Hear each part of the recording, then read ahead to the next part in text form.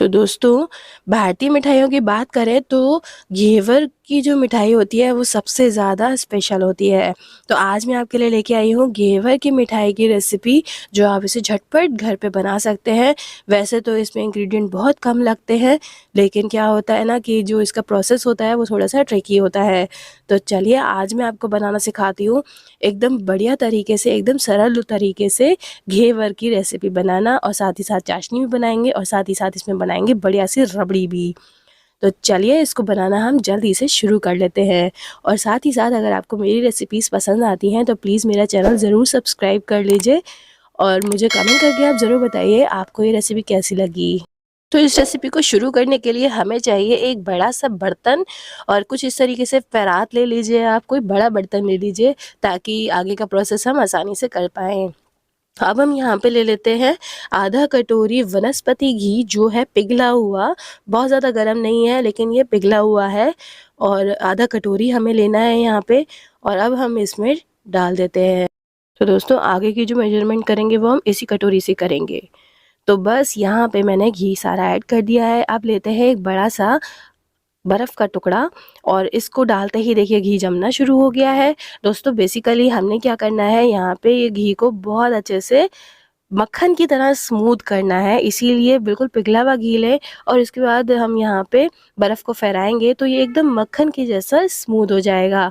और यही मक्खन के जैसा स्मूथ घी हमारे घेवर में एकदम बढ़िया वाला टेक्सचर देगा। तो बस यहाँ पे इस तरीके से बर्फ़ को घुमाते रहिए जब तक ये बिल्कुल ठंडा ना हो जाए, और जब ठंडा हो जाए ना तो बर्फ़ को साइड रख दीजिए ताकि हम आगे का प्रोसेस कर सकें। इसके लिए ये देखिए यहाँ पे ये बिल्कुल मक्खन के जैसा हो गया है। और दोस्तों, ये जो घी है ये बिल्कुल भी दानेदार ना रहे, इसके लिए आपको इसे बार-बार मथना पड़ेगा, और जब आप इसे बार-बार मथेंगे तो हो सकता है ये वापस से गरम हो जाए। तो दोस्तों, इसमें इस रेसिपी में इस बात का ज़रूर ध्यान रखना होता है कि ये जो बैटर बना रहे हैं हम, ये हमेशा ही ठंडा रहे। तो बस इसको मैंने वापस से बर्फ़ डाल दी है, और देखिए वापस से ये जमना शुरू हो गया है। ये बिल्कुल भी गरम नहीं रहना चाहिए, ये हमेशा ठंडा ही रहना चाहिए। तो बस इनको मैंने अच्छे से मिला लिया है। जो एक्सेस पानी आ गया है वो मैं निकाल देती हूँ। वैसे हम आगे के प्रोसेस में ये पानी यूज़ कर सकते हैं अगर ये ठंडा रहेगा तो। अब हम लेते हैं 1 कटोरी मैदा, ये नॉर्मल मैदा है जो पैकेट में हमें अवेलेबल रहती है, और ये भी मैदा ना फ्रिज में रखी हुई मैदा है ताकि ये भी ठंडी रहे। तो बस इसके बाद हम इसको अच्छे से मिक्स कर लेंगे इस घी के साथ, ताकि ये मैदा और घी आपस में भुरभुरी जैसा टेक्सचर दे दें। तो यहाँ पे इस तरीके से आपको मथना है, और जितना भी घी नीचे लग गया है वो सब निकाल देना है, और मैदा के साथ इसको मिला देना है। ये स्टेप दोस्तों बहुत ज़्यादा इम्पोर्टेंट होता है, इसलिए इस बात का ज़रूर ध्यान रखें, ये अच्छे से मिक्स हो जाना चाहिए। अब हम यहाँ पे डाल देते हैं आधा गिलास दूध, ये फुल फैट मिल्क होता है जो वो है, और इसमें हमने इसको मिला लिया है। इससे ज़्यादा हमें दूध की ज़रूरत नहीं है, और अब हम इसको अच्छे से मिक्स कर लेंगे इस दूध के साथ। तो यहाँ पे बिल्कुल इसी तरीके से मथते रहना है। इसके जो बीच में गुठलियाँ सी बन जाती हैं वो तोड़ते रहनी है अपने हाथों की मदद से, और साथ ही साथ अगर ये बीच में गर्म होता है तो यहाँ पे थोड़ा-थोड़ा ठंडा पानी डालते हुए हमने इसको मिलाते रहना है। तो यहाँ मैं बीच-बीच में पानी डालते जा रही हूँ और इसको मथती जा रही हूँ। मथने से क्या होगा, ये इसकी गुठलियाँ चली जाएँगी, और साथ ही साथ ये थोड़ा गाढ़ा होता चला जाएगा। तो हम बीच में ठंडा पानी डाल देंगे, और फिर ये बिल्कुल एक बढ़िया-सा बैटर बन के तैयार हो जाएगा, पतला घोल जितना हमें चाहिए है। दोस्तों, इतने पूरे बैटर में मैंने यहाँ पे 3.5 ग्लास पानी का इस्तेमाल किया है। हो सकता है आपके जब आप बनाएँ तो मैदा की थोड़ी टेक्सचर अलग होता है, उसमें आपको ज़्यादा या कम पानी की ज़रूरत पड़ जाए। तो ये देखिए यहाँ पे इतना फ्लोई टेक्सचर आ गया है, और थोड़े से मैंने यहाँ पे बर्फ़ के टुकड़े भी यूज़ करे हैं ताकि ये बिल्कुल ठंडा रहे। तो यहाँ पे इस तरीके से फ्लोई वाला जब टेक्सचर बन जाएगा, अब हम इसको एक गहरे बर्तन में निकाल लेंगे। इस बर्तन में निकालने के लिए मैं आपको बताती हूँ कि मैंने इस बर्तन में क्यों निकाला है।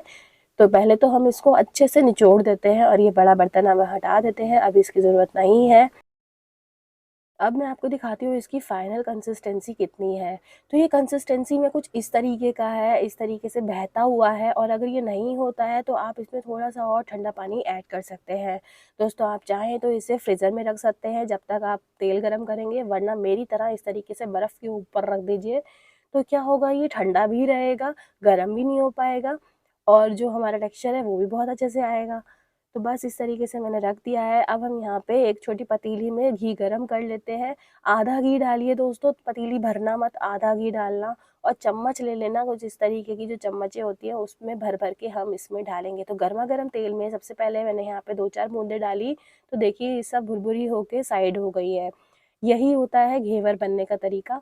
तो यहाँ पे ये इस तरीके से 4-4 5-5 बूंद आप डालते जाइए और ये साइड में इकट्ठी होती चली जाएंगी और आपस में चिपकती हुई चली जाएंगी। तो यहाँ पे ये देखिए आराम से आपको डालना है। लगभग 5 से 7 मिनट का प्रोसेस हो सकता है दोस्तों ये, लेकिन ध्यान रखें कि जो गैस की आंच है वो हल्का मत करना, गर्म ही रहने देना। टेम्परेचर ऊपर नीचे होगा तो घेवर नहीं बन पाएगा, वो हलवे जैसे उसकी कंसिस्टेंसी बन जाएगी। तो अब हम यहाँ पे ये देखिए कितने बढ़िया तरीके से डालते चले जा रहे हैं और ये साइड में इकट्ठा होते चले जा रहा है। चाहे तो आप चाकू की मदद से बीच का पोर्शन भी कर सकते हैं, लेकिन ज़रूरत नहीं है, ये ऐसे ही बनता चला जाता है। और यहाँ पे देखिए बर्फ़ मैंने इसके नीचे रखी हुई है, तो ये बिल्कुल भी गर्म नहीं हुआ और ठंडा ठंडा बनता चला गया। तो बस यहाँ पे जब लास्ट में ये देखेंगे कि बन गया है तो ये अपने आप ही अलग हो जाएगा दोस्तों, और आपको पता चल जाएगा कि ये अलग हो चुका है। तो देखिए कितनी बढ़िया सी जाली बन के तैयार हो गई है। अब हम इसको साइड में निकाल लेते हैं। एक जाली में रखेंगे तो आसान रहेगा, जो एक्सेस ऑयल है वो निकल जाएगा जाली के थ्रू और ये बिल्कुल एक बढ़िया सा खोखा बन के तैयार हो जाएगा। तो इस बैटर से दोस्तों लगभग 3 इतने बड़े हुए खोखे बन जाते हैं घेवर के, और ये काफ़ी अच्छे लगते हैं, दिखने में भी बड़ा जालीदार लग रहा है, बिल्कुल बढ़िया सा। तो चलिए अब हम बनाते हैं यहाँ पे इसकी चाशनी। चाशनी के लिए मैंने यहाँ पे लिया है 1 कटोरी चीनी का, और इसी कटोरी से ही हम नापेंगे पानी को। तो यहाँ पे 1 कटोरी चीनी ले लेते हैं और उसी कटोरी से 2 कटोरी भर के पानी हम इसमें डाल देते हैं।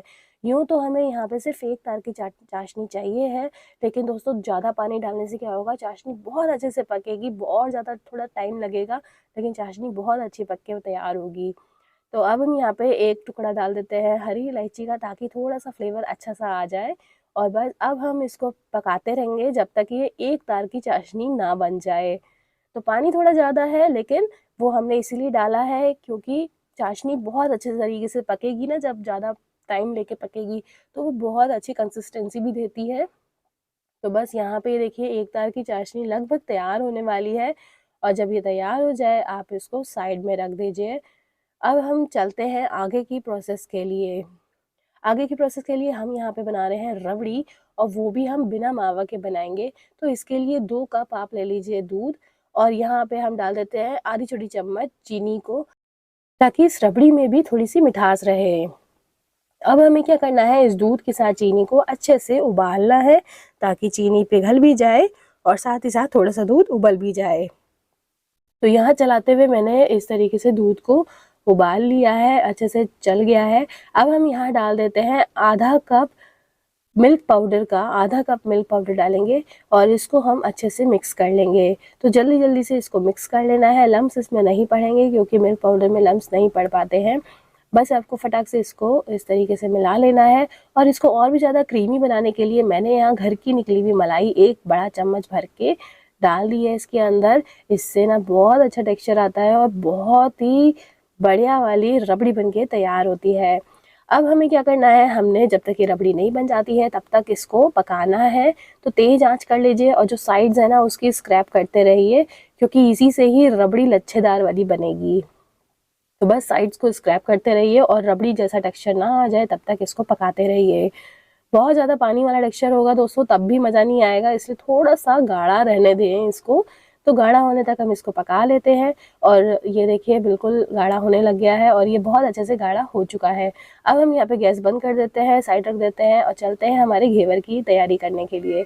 तो यहाँ देखिए एकदम परफेक्ट घेवर बन के तैयार हो गया है, और ये निचुड़ भी गया है बहुत अच्छे से, जाली से ये निचुड़ जाता है।